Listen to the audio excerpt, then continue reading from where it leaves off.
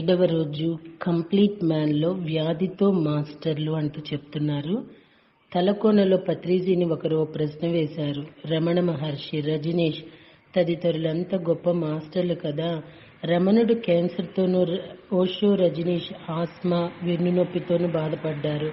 తమ తపోశక్తితో వారు తమ్మి తాము స్వస్థపరచుకోలేరా అని.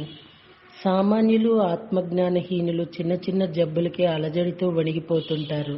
అదే మాస్టర్లు, ఆత్మజ్ఞాన పరాయణులు తమ వ్యాధిని ఎదుటివారి జ్ఞానబోధకు సాధనగా మలుస్తారు.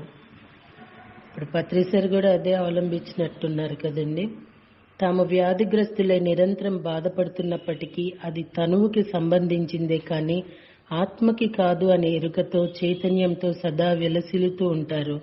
కాబట్టి జబ్బు వేధిస్తున్నప్పటికీ చిద్విలాసంగా, చిదానంద స్వరూపంలా వ్యక్తీకృతమవుతారు. జబ్బు చేసినా ఇలా కూడా ఉండవచ్చు అని మానవాళికి చెప్పటమే ఆ మహనీయుల రోగ అంతరార్థం.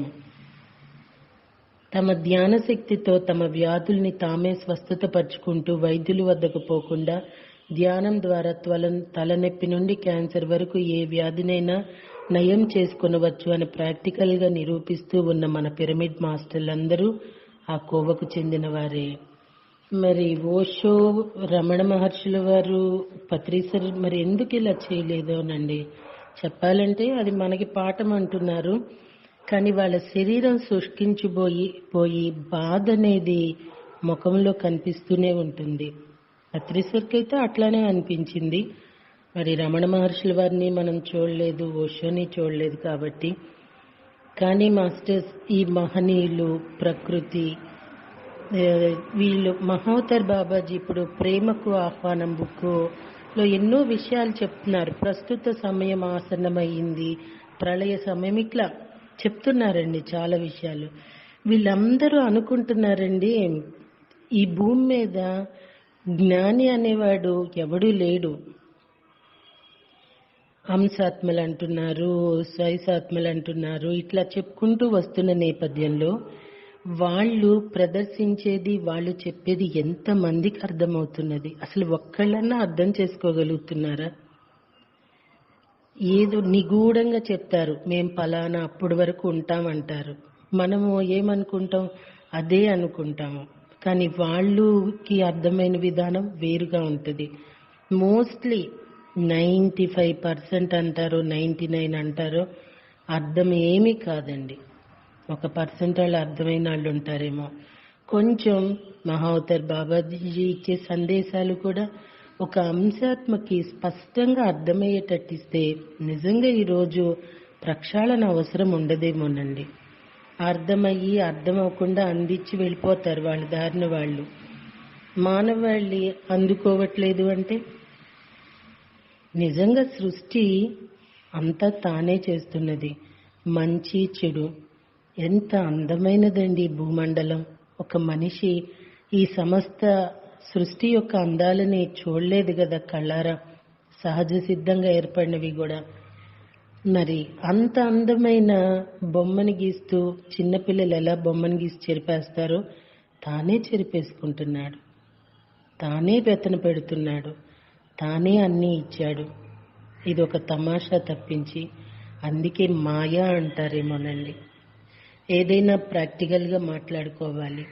మనము సొసైటీలో ఉన్నాం, మన పత్రిజీ అయినా కూడా మనము ఏది లోపం కనిపించిందో అది ఒక కామెంట్, జడ్జిమెంట్గా కాకుండా ఇది అని చెప్పుకోవాలి. అదే ఓషో ఈరోజు విజ్ఞాన భైరవ తంత్రం ఎంత బాగుందో మాస్టర్స్, మనం ఆడియో చేసుకున్నామో. నటించవద్దు అని చెప్తున్నారు, అన్నీ అనుభవించమని చెప్తున్నారు. రియల్లీ మాస్టర్స్ అనుభవించాలి, అనుభూతించాలి. ఈ గురువుల ప్రదర్శన మాత్రం కొంచెం మారితే ఇంకెంతో చైతన్యం వస్తుందేమో అని నాకు అనిపిస్తుంది. నా జ్ఞానంతో, నాకు తెలిసిన దాంతోనే నేను మీతో పంచుకున్నాను. Am I right, masters?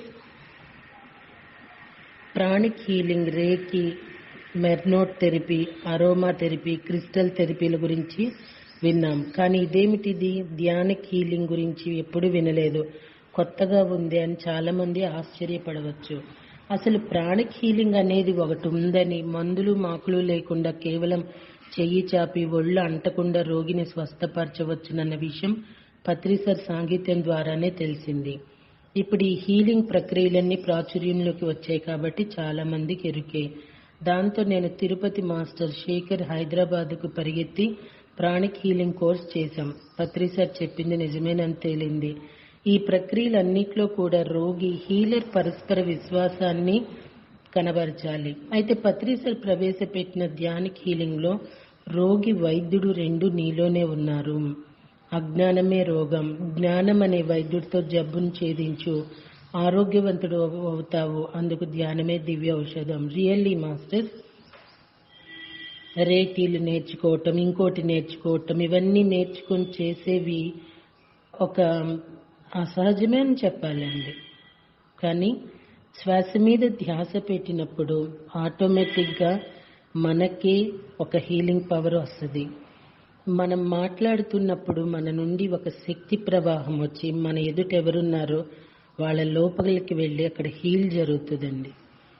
Even నా హస్బెండ్ బయటికి ఎప్పుడూ వచ్చేవాళ్ళు కాదు. పిరమిడ్లో ధ్యానం, స్వాధ్యాయము, సమయం కుదిరినప్పుడల్లా ధ్యానం చేస్తూ తను సహజ సిద్ధంగా హీలింగ్ పవర్ అనేది వచ్చింది తనకి.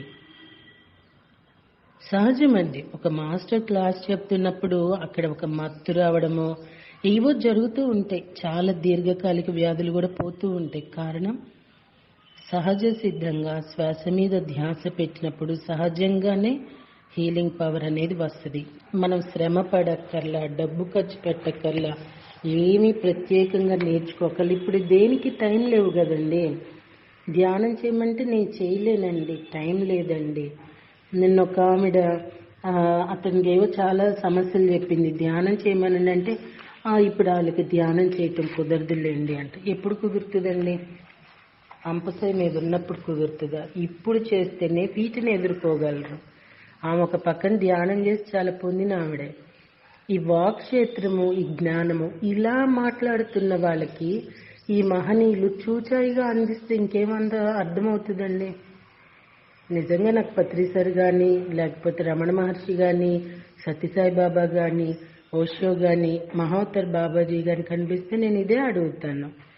నాకు తెలిసినంతలో ఇది నేను 15 ఏళ్ళ నుండి ధ్యానం చేశాను. నాకేమి ఈ వీళ్ళందరూ సంపూర్ణత్వాన్ని ఎవరూ అందించలేదనిపిస్తున్నది. సులువు ఎవ్వరూ అందించలేదండి. ఒక ట్విస్ట్ పెట్టి వెళ్ళిపోయారు. ఎందుకంటే బుర్ర బద్దలు కొట్టుకోమని. ఉన్నాటితోనే బుర్ర బద్దలు కొట్టుకోలేక మనిషి అస్తవ్యస్తం అయిపోతుంటే ఇక వీళ్ళు ఒకటి. సో అందుకే పత్రిజీ డివోటీ కావద్దన్నారు. వీళ్ళందరూ నండి, ఎవరైనా పురాణాలైనా ఏవైనా మీరు ఏమనుకున్నా సరే, ఏంటి ఈవిడ అనిపించినా సరే, అవన్నీ డిక్షనరీలు మాత్రమే, జస్ట్ ఫర్ రిఫరెన్స్. బట్ మన జీవిత అనుభవానికి మించిన జ్ఞానము, వాస్తవము మరొకటి లేనే లేదు. నా ఈ 15 సంవత్సరాల ధ్యాన ప్రయాణంలో నేను ఎన్నో ప్రాక్టికల్స్ చేసుకుంటూ నేను తెలుసుకుంటున్న విషయం మాస్టర్స్, నా వరకు నాకు అర్థమైంది ఇదేనండి. కాదంటారా? Thank you.